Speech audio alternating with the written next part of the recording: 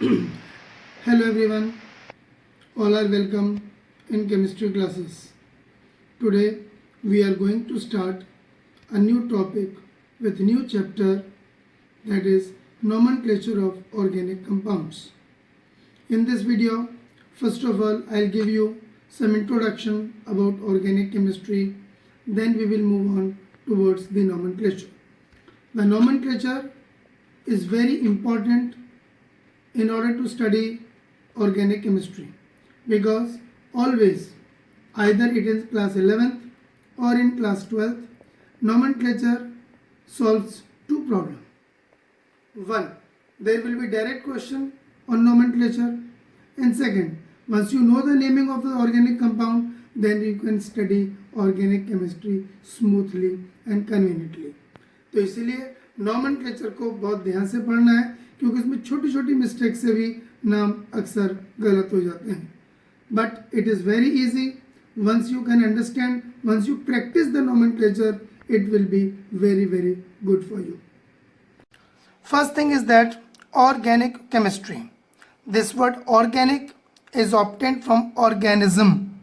Organism means the living beings. So in the older days, it was assumed, it was thought that any compound which are being synthesized in the body of the living being are known as organic compound, because organic word is coined from organism. There was a scientist called as Berzelius.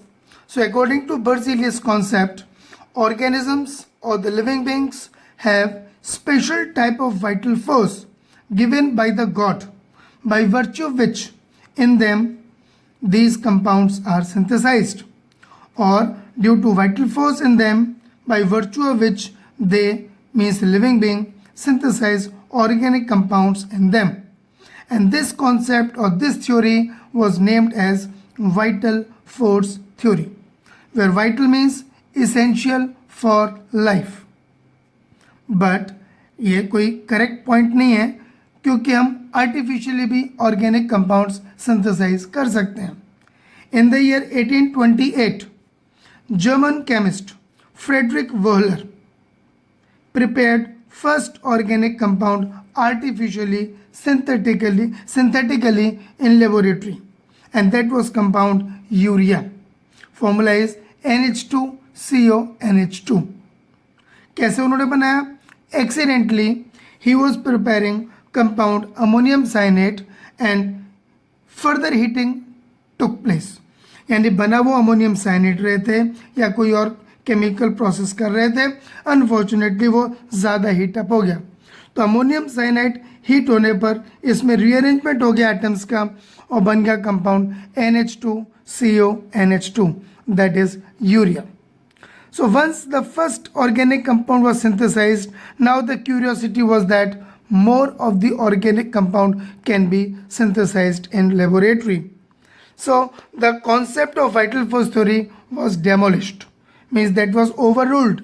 Then the new definition of organic chemistry came into existence, and that definition was the branch of chemistry which deals with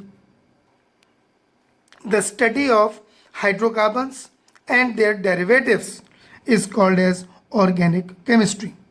Hydrocarbons means the compounds prepared from hydrogen and carbon, or hydrocarbons means compounds consisting of hydrogen and carbon. Naturally, there are certain sources of organic compounds. Nature में हमको कहाँ कहाँ से मिलते हैं? Source पहला plants. Plant से हमको क्या मिलते हैं? कार्बोहाइड्रेट्स, फैट्स, प्रोटीन्स, विटामिन्स, ये सब. एनिमल से प्रोटीन्स, फैट्स, ये सब मिलते हैं. कोल से हमको मिलते हैं हाइड्रोकार्बन्स, खासतौर पे जैसे नेचुरल गैस या coal gas containing hydrocarbons, alkenes, methane and all. Petroleum से मिलते हैं हमको एल्केन, एल्कीन, एल्काइन वगैरह. कोल से हमको मिलते हैं phenol, cresol, aniline and many more compounds. Not only coal, in fact coal का एक पार्ट होता है, यानी हमको मिलता है by destructive distillation of coal, जिसको हम बोलते हैं कोल तार. कोल तार से हमको मिलता है. ठीक है कि नहीं? तो these are the natural sources of the organic compound, और आजकल हम आर्टिफिशियली और भी बहुत सारे कंपाउंड्स सिंथेसाइज कर सकते हैं लेबोरेटरी में। पहला पॉइंट है क्लासिफिकेशन ऑफ ऑर्गेनिक कंपाउंड्स। अब जितने भी ऑर्गेनिक कंपाउंड्स हैं हम उनको कैसे कैसे ब्रॉडर सेंस में क्लासिफाई कर सकते हैं। तो यहाँ पे एक इंट्रोडक्शन है, देखें आप लोग। हम इनको दो पार्ट में मेनली डिवाइड कर सकते हैं। पहला ओपन चेन, ओपन चेन को हम बोल सकते हैं एलिफेटिक हाइड्रोकार्बन्स, और दूसरा close chain hydrocarbons.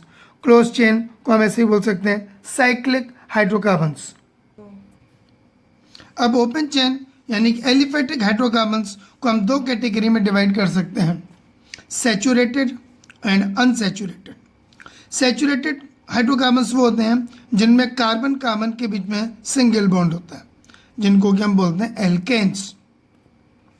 Unsaturated hydrocarbons होते हैं जिनमें कार्बन के बीच में या तो डबल बॉन्ड हो या तो ट्रिपल बॉन्ड। अगर डबल बॉन्ड होगा तो हम बोलेंगे एल्कीन्स, और ट्रिपल बॉन्ड होगा तो एल्केन्स।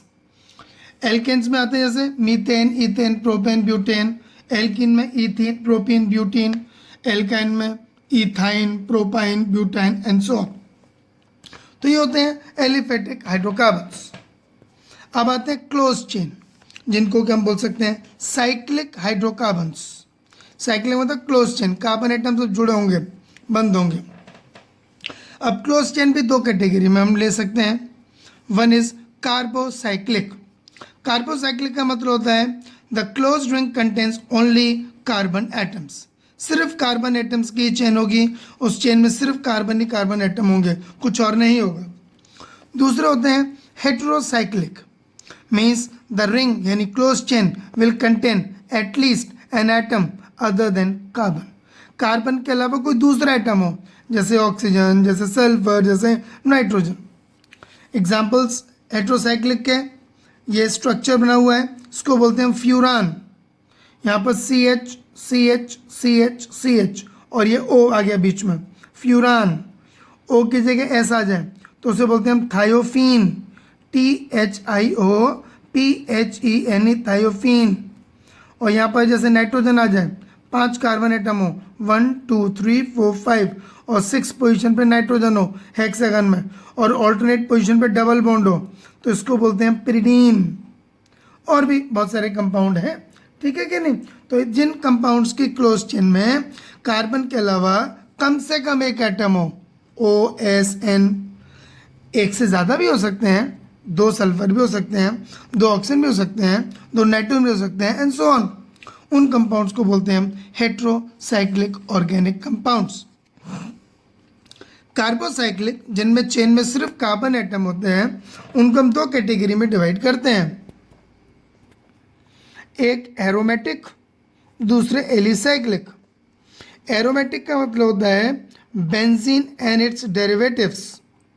एरोमेटिक का जो मेन कंपोनेंट है वो है बेंजीन। एरोमेटिक का मतलब होता है fragrance, special type of smell. तो इन कंपाउंड्स में एक पिक्युलर टाइप की स्मेल होती है। जैसे मैं बताऊँ एग्जांपल, घर में नेफ्थलीन बॉल्स होती हैं, तो नेफ्थलीन बॉल में जो स्मेल है वो एरोमेटिक है, वो बेंजीन का डेरिवेटिव है एक्चुअली नेफ्थलीन। तो बेंजीन और उससे बनने वाले दूसरे कंपाउंड्स, जैसे बेंजीन ये हो गया, इसका फॉर्मूला इस तरीके से, या C6H6, ये बेंजीन के ऊपर CH3 लग जाए तो उसको बोलते हैं टोलुइन। और आगे बताऊंगा मैं, बेंजीन के ऊपर ऐसे OH ग्रुप लग जाए तो इसको बोलते हैं हम लोग phenol and so on. Benzene, toluene, phenol, cresol, quinol, aniline वगैरह वगैरह वगैरह बहुत सारे कंपाउंड होंगे, आगे मैं बताऊंगा आपको। फिर आते हैं क्लोज चेन कार्बन एटम वाले कंपाउंड्स में एलिसाइक्लिक। एलिसाइक्लिक दो टाइप के होते हैं, सैचुरेटेड एंड अनसैचुरेटेड। सैचुरेटेड में कार्बन कार्बन के बीच में सिंगल बॉन्ड होगा, अनसैचुरेटेड में आइदर डबल बॉन्ड और ट्रिपल बॉन्ड क्लोज चेन में। जैसे एलिसाइक्लिक में सैचुरेटेड अगर होंगे, सिंगल बॉन्ड होगा, तो उनको बोलते हैं हम लोग साइक्लोएल्केन्स। जैसे ये है, ट्रायंगल जैसा बना हुआ दिख रहा है, ये कंपाउंड है, हर कॉर्नर पर CH2 है, CH2 CH2 CH2 3 carbon atom, cyclopropane 4 carbon atom, square जैसा दिख रहा होगा, cyclobutane 5 carbon atom, close chain, cyclopentane 6 होते तो साइक्लोहेक्सेन एंड सो। ऐसे ही अनसैचुरेटेड में डबल बॉन्ड होगा तो साइक्लोएल्कीन, ट्रिपल बॉन्ड होगा तो साइक्लोएल्काइन। जैसे ट्रायंगल 3 कार्बन एटम, यहाँ डबल बॉन्ड है, साइक्लोप्रोपीन 4 कार्बन एटम है, एक डबल बॉन्ड है, साइक्लोब्यूटीन। आगे हो सकता है साइक्लोपेंटीन। ट्रिपल बॉन्ड वाले साइक्लोएल्काइन में 3 कार्बन एटम, यहाँ पर ट्रिपल बॉन्ड है, साइक्लोप्रोपाइन 4 कार्बन एटम है, यहाँ ट्रिपल बॉन्ड है, साइक्लोब्यूटाइन, फिर साइक्लोपेंटाइन एंड सो ऑन। हम किसी भी ऑर्गेनिक कंपाउंड को 2 कैटेगरी में डिवाइड कर सकते हैं। जैसे कि हम लिख सकते हैं RX। R का मतलब होता है एल्काइल पार्ट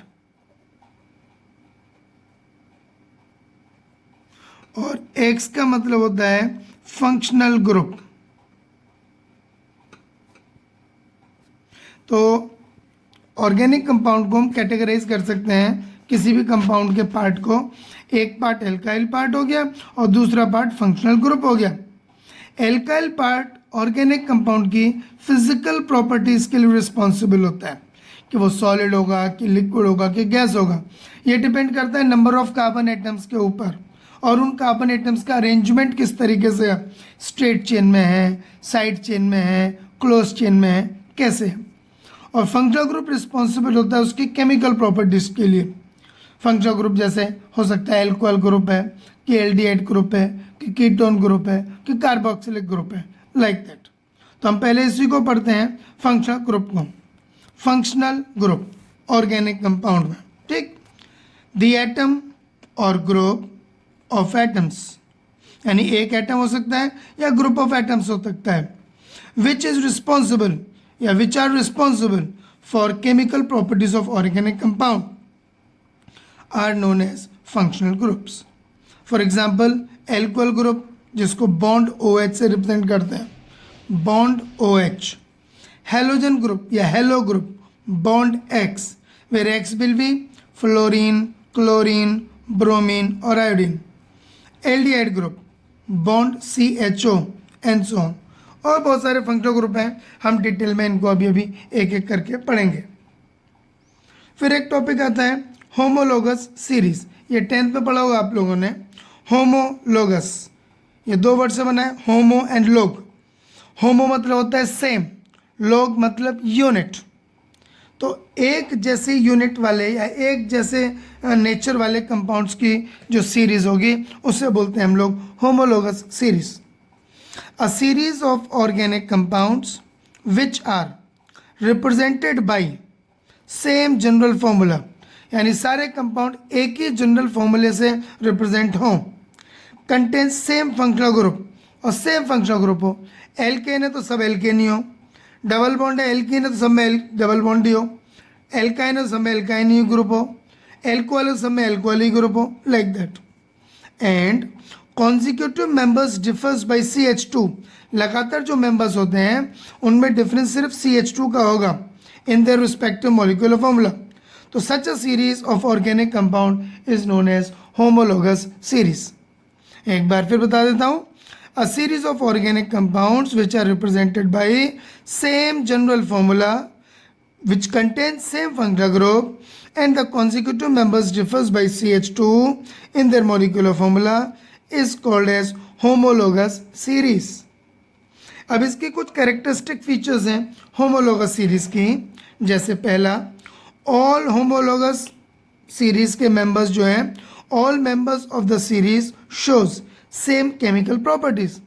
भाई फंक्शनल ग्रुप सेम होगा तो केमिकल प्रॉपर्टीज मोर और लेस सेम होंगी। There is gradation in physical properties with increase in molecular mass.